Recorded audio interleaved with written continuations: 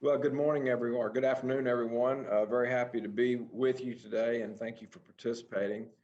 We have a slide deck that I believe is going to come up here in a minute that you can go through that as we make the presentation today. We open, as usual, with some disclaimers for you. We won't spend much time on that. Then we go to the ESG slide. We started this about 4 or 5 months ago. We are providing ESG information for our investors and shareholders, and we're updating this as new material comes about and as the situation dictates. But we will try to keep you informed as to exactly what's going on with our ESG. Given a quick company overview, as Blanca said, we are focused on the Haynesville Shale. We really are a company that's all about the Haynesville Shale today. In the Northwest Louisiana core, which is for us principally in Caddo and DeSoto parishes, we have over a 16-year inventory life of locations to be drilled, all of which are de-risked with historical wells that have been drilled around our acreage or on our acreage. 100% of our Northwest Louisiana acreage is held by production, so we have no drilling obligations there at all. And within that defined area, we've got over a TCF of natural gas reserve potential, and that relates to, right at about half of that, or 500 BCF of gas currently proved at year-end 2019. We just reported second quarter last week. We reported 138 million cubic feet of gas in equivalents per day. Virtually all of that, over 98% of that, was natural gas and coming from the Haynesville. Some unique characteristics about the Haynesville is the low finding and development costs, where we are typically sub $1 per MCF of finding and development cost, and very low lifting costs, particularly early on. LOE in the early time is less than 5 cents per MCF, and that's attributable to fairly low operating costs with very high early time volumes, prevent very, very low LOE per MCFE. Also, a nice feature is in the state of Louisiana, we have no severance tax on our production until the earlier of payout, or 2 years. So that gives you a very nice boost, and so much of the internal rate of return is captured in that time frame. This particular feature of the state severance tax abatement is really important. We have been involved in the Haynesville before the revolution or renaissance of the play that took place about 3 years ago, where, as Rob will describe for you in a minute, going out with longer laterals, tighter interval spacing, and more proppant. And since that time, we are up now to 2.5 BCF per 1,000 feet of lateral. Actually, on some wells, it's even more than that, but a really, really strong play, even in low natural gas prices. In the second quarter of this year, which again we reported last week, we reported $15.4 million of EBITDA and an EBITDA margin of approximately 56%. So as we look forward to next year, improving gas prices, improving strip prices, we think we're extremely well positioned with the Haynesville Shale and our current assets and operations. Cash costs came in right at $1. If we add in another 8 cents per MCF equivalent for interest on our debt, it came in at about $1.09 per MCFE. Very low leverage. Company has continued to maintain and a strong focus on our balance sheet. As we look at the trailing 12 months, we're still under 1.5 times net debt to EBITDA. Company, as many of you are aware, trading at a very low multiple on enterprise value to EBITDA. We think and hope that will improve, particularly next year when we get into a better pricing environment. And we, because of the Haynesville, are delivering top tier efficiency, capital efficiency, and returns on our capital. We go to the next slide. And you will see our proved reserves. I mentioned this just a minute ago. Proved reserves were just over 500 BCF equivalent at the end of 2019. 517 was the exact number. Using SEC pricing, At year end 2019, that was just under $300 million of present value, discounted at 10% of our proved reserves. On the right-hand side of this column, we provide our reserves for you at year end, broken out by commodity with the top pie chart on the right-hand side, by area, again, almost all Haynesville Shale, and then at the bottom, broken out between proved developed producing and proved undeveloped. Moving on to the cap table, again, this is updated through the second quarter of this year. We have really two principal securities on our balance sheet. One is a senior credit facility with our credit group. We had $95.4 million outstanding at the end of the second quarter. And we have small second lien convertible securities that is now at $13.9 million. The second lien is PIK, so it's paid in kind, no cash interest paid on those notes, giving us a total of $109 million of debt outstanding at the end of 2Q. Add in stockholder equity, looking at book cap of almost $184 million. Trailing 12 months EBITDA, I mentioned it a minute ago, is just over $74 million. And so less than 1.5 times net debt to EBITDA. Current borrowing base is $120 million, and we'll be going through a redetermination in the fall of this year, which, while we won't get in front of our bank group, we do feel somewhat optimistic in that the strip prices that will be going into the calculation for that redetermination will be a good bit higher than where they were back in the spring for the $120 million.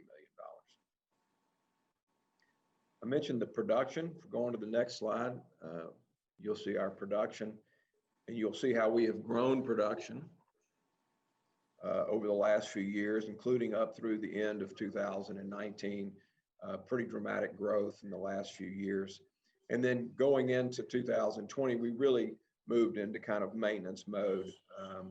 We will be up, we believe, on production this year. We will grow year over year versus 2019.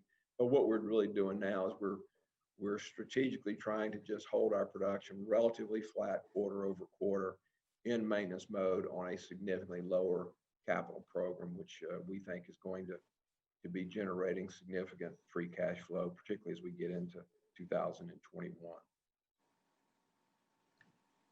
Hedging is a very critical and important part of our strategy.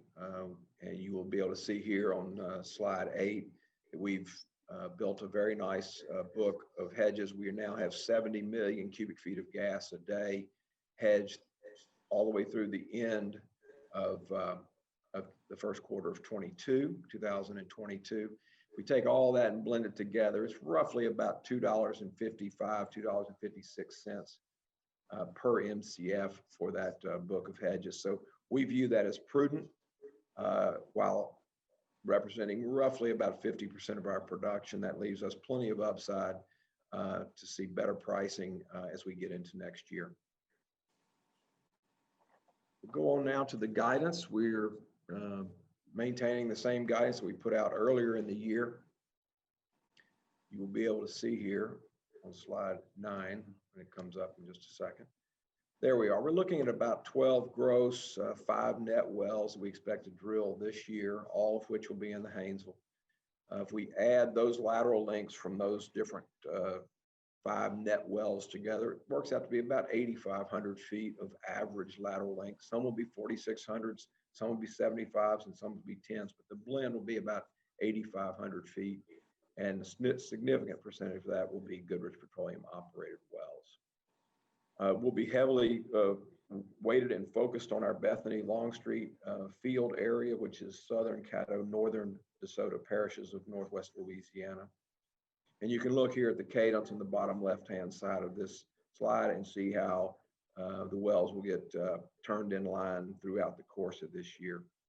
We do expect third quarter volumes to be down a little bit, mainly because we pushed some completions to a little bit later in the third quarter of this year, which we think is going to set us up very nicely for the fourth quarter to be enjoying some of the improved pricing that we're now seeing on the strip prices for the fourth quarter of this year, and have significant increase in volumes as we go into the fourth quarter with a good bit of activity, albeit later in the third quarter of this year.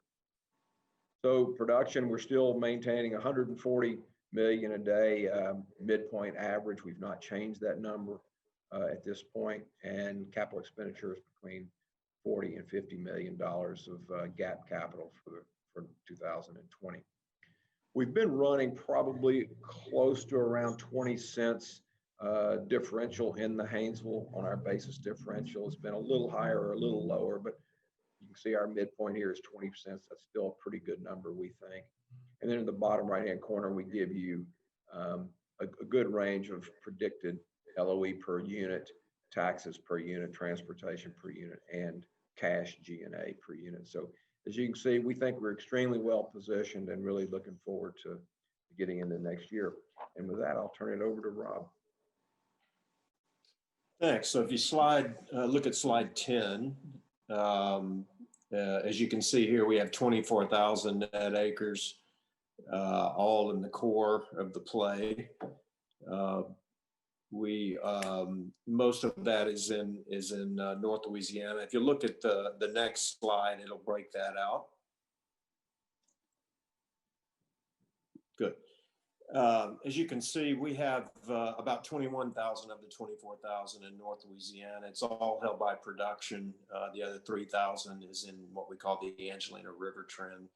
Average working interest is about 59% in the play. We operate about 75% of that position, and about 75% of that is undeveloped. So plenty of running room here. In fact, the inventory life, if you date it back to January 1 of this year, we had 91 net locations. That got us about 16 plus years of inventory. As you saw in the second quarter, we have added a couple of thousand acres this year since that 91 net locations was published on January 1. So we've clearly replaced what we're completing this year. Probably currently have about a little less than 100 net locations. So plenty of running room, and that'll take our inventory life up further. We do have Chesapeake joint venture on a portion of that block. It's comprises about 25% of our North Louisiana acreage. We have the ability to propose wells under that joint venture and operate if they elect out. We have the ability to take in kind our gas. We get paid separately for that gas. So really, really control a good bit under that JV. But currently, all of our activity, or the majority of our activity, has been on the operated acreage.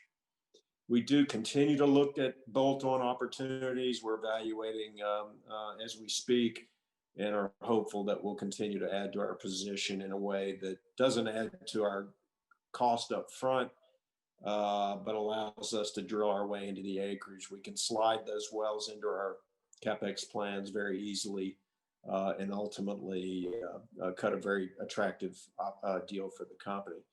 The Angelina River Trend block of 3,000 net acres, it's held by production. It's deeper, more costly for that reason. The rock is very good. It's as good as what we see in North Louisiana, and the Bossier Shale is prospective on that block as well. So we haven't quantified the inventory impact because our plans are currently to not go there anytime soon, but it is something that will add a lot of value in the future once we've more fully developed the North Louisiana block. If you go to the next slide, you'll see what's really evolved into a renaissance for this play, and it's really driven by longer laterals and the completion evolution. And the completion evolution really driven by two factors: one, more proppant per foot, and two, tighter frac interval spacing. So as you can see, the original design, we were only pumping at about 1,000 pounds of proppant per foot. We tested as much as 5,000 pounds per foot, and it landed on something in the 4,000 pounds per foot range. If you then also look at completion frac interval spacing, we originally were 300 to 450 feet, and we're now 100 to 150 feet. So much tighter interval spacing, same number of perforations that we pumped originally, But the combination of proppant per foot and tighter interval spacing has a very high correlation to EUR results, and it's really driving better recovery of gas in place and better returns. So moving to the next slide, you can start to see how the activity over the recent times has fully de-risked the acreage. Our acreage is in yellow. We have very good wells surrounding us in all blocks. Most of our activity this year and frankly next year will be in the Bethany Longstreet area, still a highly undeveloped block for us.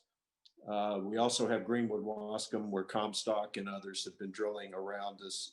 But again, because the acreage is held by production, we can high grade drill wells, tie into existing facilities, produce into excess capacity in these pipelines, and pick and choose where we choose to develop. It's all very consistent, all proven, and therefore we're just in a development mode, drilling very predictable wells. If you go to the next slide, I think this will start to show you how our completion recipe and how we flow these wells back, really generating very good results and good rates of return. You know, what we've modeled from a long time ago, the blue curve is our 2 BCF per 1,000 foot curve. And frankly, we've been outperforming that dramatically. We're even outperforming our 2.5 BCF curve on these 4,600 foot laterals, which you see the curve in red and our results in green. And again, the primary drivers of outperformance: higher proppant concentration, again, around 4,000 pounds per foot, tighter frac intervals. In particular on 4,600s, we've been pumping more wells with 100 feet per stage. And then our flowback methodology, which is a restricted choke program, minimizing drawdown from 10 to 20 pounds per day, we feel like is pulling the well at the proper choke size, which is flattening curves, yet generating the highest rates of return, which is our ultimate goal. If you move to the next slide, that'll be our 7,500 foot laterals. Again, similar over the last 20 months, we've been pumping better stimulation, tighter intervals, and the results have been pretty dramatic. So as you can see, the well results in green, well above our 2.5 BCF per 1,000 foot curve. You see we get to about month 21, and then it drops below the curve. Those are the wells that are wider interval spacing, less stimulation. And so as these newer wells flow through over time, we expect the curve on the tail end to pick back up because these more recent wells are better stimulated. Again, well above our 2.5 BCF curve. In fact, we're averaging about 2.8 BCF per 1,000 on our 7,500 foot laterals and about 2.7 BCF on our 4,600 foot laterals. Now, when you go to the next slide, on slide 16, this will be our 10,000 foot laterals. And frankly, we just haven't completed any 10,000 foot laterals recently where we've tightened the interval to 100 feet per stage, and therefore, for the most part, are tracking our 2.5 BCF per 1,000 foot curve. Now, the reason we've gone to 100 foot per stage, not only better well results, but it's a result of sharply reduced service costs, in particular on the frac side, on the completion side, where at the peak we were probably spending as much as $100,000 per stage, and we're now down below $30,000 per stage. So the added savings, we're seeing that on our AFEs and on our completed well costs, but we're also using some of that savings to better stimulate the wells and make better returns. In fact, if you go to the next slide, you'll start to see what these returns really look like. And again, we start with our 4,600 foot laterals. As I said earlier, we're averaging about 2.7 BCF per 1,000 feet here. You know, Gil mentioned it, our lifting costs are extremely low. Early on, our LOE is less than 5 cents per MCF. We get that benefit of severance tax relief, as Gil said, the earlier of 2 years or payout, and therefore very low cost cutting into your returns in early time. You can see here our completed well cost of $7 million, which includes the 15 to 20% reduction of late that we've seen. And it also includes, about $381,000 of facility cost, generates very good rates of return. Even at 250, it's an 89.2% IRR, and at 275, well north of 100% IRR, which is certainly where the 2021 strip is currently.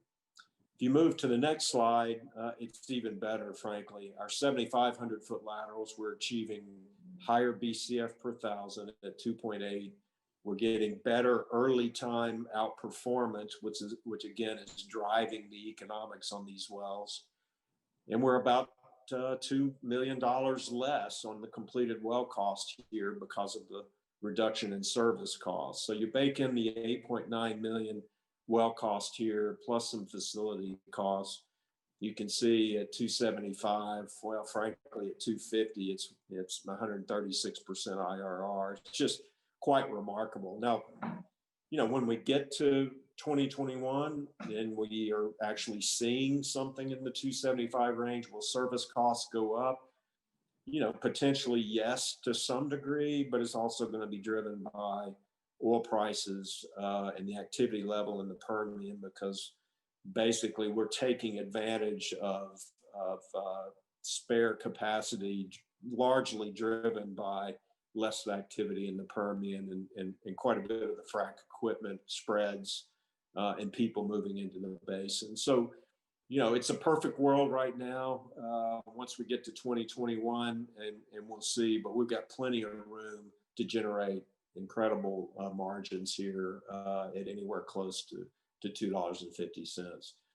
Now, when you go to the 10,000 foot laterals, as we showed on the decline curves, we're still only baking in 2.5 BCF per thousand, which matches our performance. But the rates of return are still almost 100%, but less than our 7,500 foot laterals, again, because we've not really completed 100 foot per stage wells in a big degree here. So I think once we start, again, drilling 10,000 foot laterals at these service costs, you're going to see us pump the tighter interval spacing. And we're very optimistic that our 10,000 foot laterals will start to go up above our 2.5 BCF per thousand foot curve again. So really moving to, kind of a summary, the cash flow generation we're seeing really is exciting when you look at fourth quarter with much higher volumes, and you look at 2021 with much higher pricing. So that's our goal, is to get to a point where we're peaking in the fourth quarter on volume, so that we can enjoy the higher pricing, keep our balance sheet strong. We certainly compare very well to our peers at less than 1.5 turns. We think the stock will trade better once we start to realize these much higher cash flow numbers. And we actually see the pricing instead of forward-looking pricing. But right now, we've got a very attractive entry point, whether you're looking at debt metrics, enterprise value, EBITDA, or potential to really grow the volumes dramatically into a better pricing.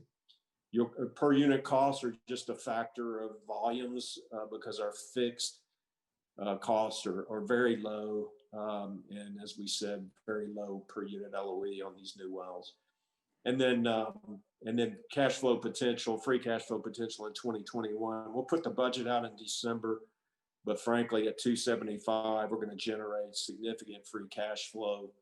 Once we set that budget, we'll give some guidance to that. But our plan initially would be to further pay down debt, create more dry powder, potentially take down some of the second lien at the appropriate time, and then set ourselves up in the future for either slightly more growth or potentially dividend paying potential.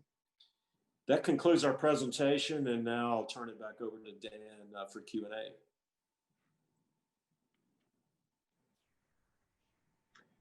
Hey guys, thank you so much, Gil and Rob, for supporting the Oil and Gas Conference. A great presentation. And just jumping right into Q&A.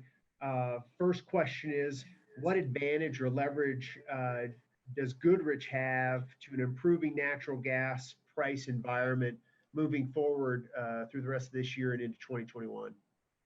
Yeah, so Rob, I'll take the first one. I think as we tried to lay out, Dan, very low cost structure has us extremely well positioned, an acreage position that's held by production and really fully de-risked.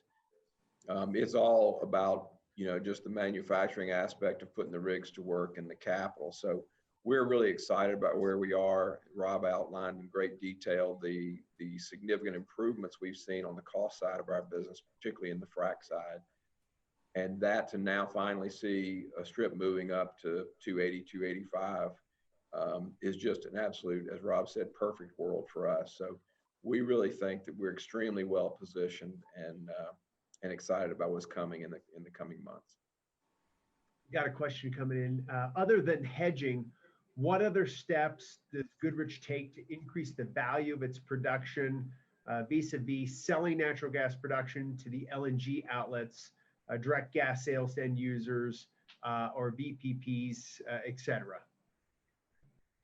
So, go ahead. Sure, I'll take that. As Gil said, I mean, right now we're about, on average 20 cents below Henry Hub. We typically sell our gas at the wellhead or on the lease because we're getting a lot of competitive bids at very good pricing. Improving on that is probably going to be a little bit difficult, but there are some new pipes that are going straight from the Haynesville to the LNG market that are going to free up or add an extra 2 BCF per day of excess capacity. So we think, if anything, in particular on the other side of the pandemic, as LNG demand picks back up, and we're already seeing evidence of that, getting anywhere close to where we were before the pandemic is gonna really be a big demand pull at a time where we don't have a whole lot of supply. And we've added pipelines, which increases the capacity. So we think basis tightens. We think gas prices in general improve, and we're constantly looking at those opportunities to sell direct. And we've been approached by plenty who have takeaway on the LNG export terminals to potentially do a direct purchase of gas in the field. So far, it's not been a huge improvement over what we're already seeing, because we're certainly in the right spot for takeaway. So we'll continue to monitor that and get the best price. We've also locked in some hedges, just to basis hedges, just to make sure that basis didn't blow out for us, in particular under the pandemic, and that's been at about 20 cents. So, at the market, but we got plenty of swing gas here that can go through different pipes, and we can cut different transactions if we see a benefit. Okay, great. Thank you very much. What other options do you see emerging from the Chesapeake bankruptcy? Is one of the questions coming in online. Yeah, so I'll take that. So as Rob mentioned earlier in his presentation, we do have the ability and have been taking in kind our gas in our JV with Chesapeake.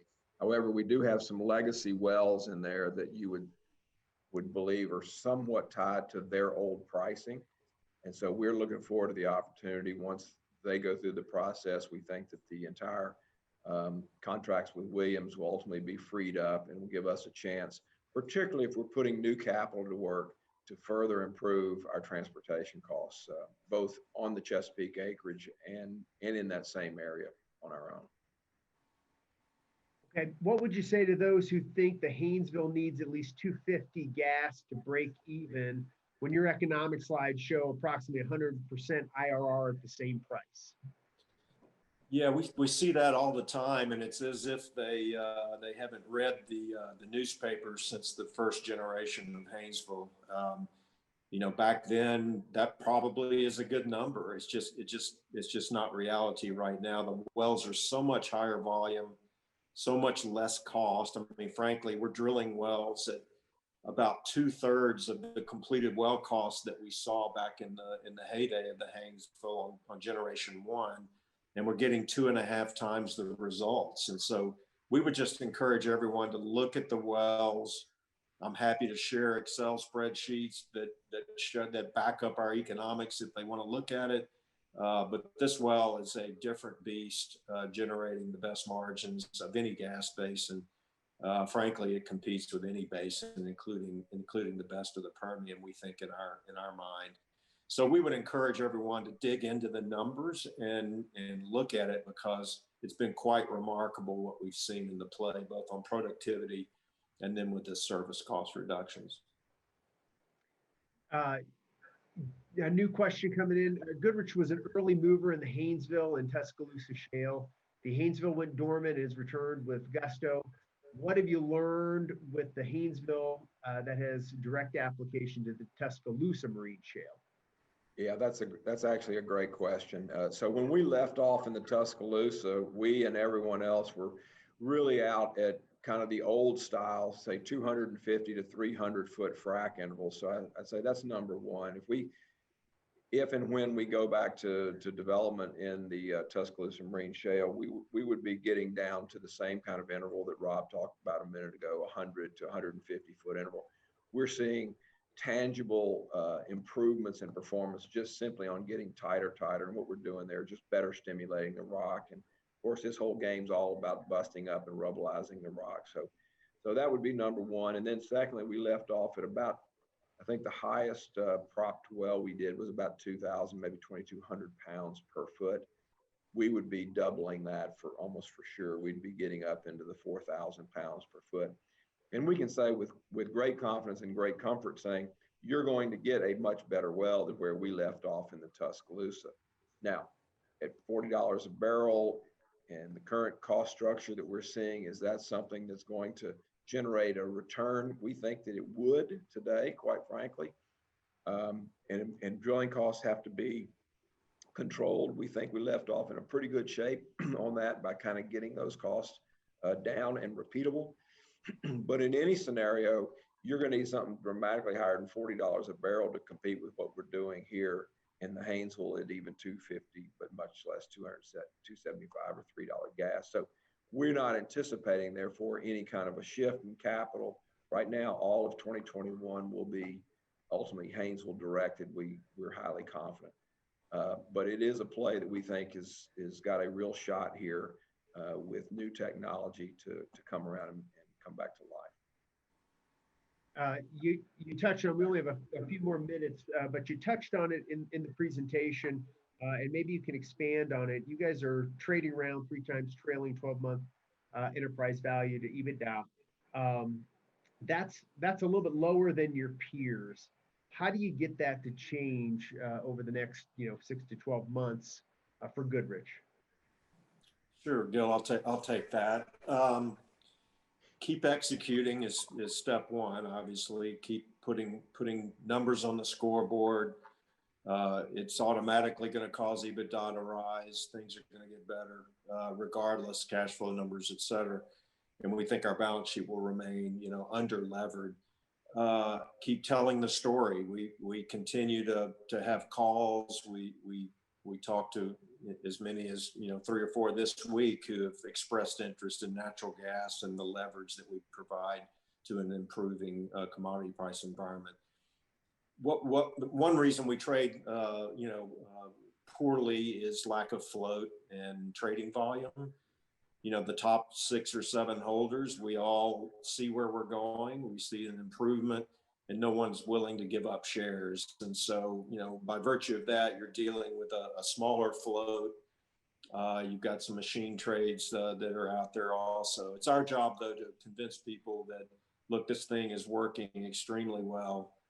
You've got a great entry point here. Things are about to get a lot better, and ignore the float, because with improving financials, the stock should perform well, and it'll move where they need to see it. So, it's a challenge when your trading volume is lower than you would like. We have a lot of people tell us I love what you're doing. I love the assets. I like natural gas, but if I can't get out, I can't get in. But you know, you can get in. You just have to pick your moments. For example, we had a 200,000 share block trade on Friday, so you know you can buy in as long as you're patient and let this thing play out. But this, frankly, this is the best combination of margins that we've seen, where commodity prices are dramatically in contango and service costs are really low, and creating, you know, returns that are much better this time around than what we saw when we had $9 gas back in the first generation. Yeah, last question I think we'll have time for, and that is, your older producing Haynesville wells, are they candidates for refracking to boost those production rates? Yes, is the simple answer to that, Dan, is yes, they are. We've seen quite a few refracts across the basin. We have not done any ourselves. Just so everyone's aware, this would not be a simple kind of what we refer to as a Hail Mary frac. You would go in, you would clean out the well, you would clean out the lateral, you would run a new smaller diameter 3-inch pipe casing so that you could go to full plug and perf operations. The problem with that is it's a little bit constricted. We like to be up around 75 to 80 barrels per minute on our pump times, pump rates. You're going to be a little bit restricted with the smaller OD of the new pipe. And for us, we've just, every single time we've come down to the cost associated with doing that refrac is probably 70% or so of what a new well would be. And with a new well, we know what we're going to get. I think Rob referred to it. It's very predictable, very repeatable. And so we've just kind of moved that capital off to a little bit later in the inventory. But yes, we probably are up to close to 100 wells now that it would be refrac potential candidates. Gentlemen, thank you so much for your time. We really appreciate you guys joining us and your support of the Oil and Gas Conference. Gil and Rob, thanks a lot. Thanks, Thank Dan. you, Dan.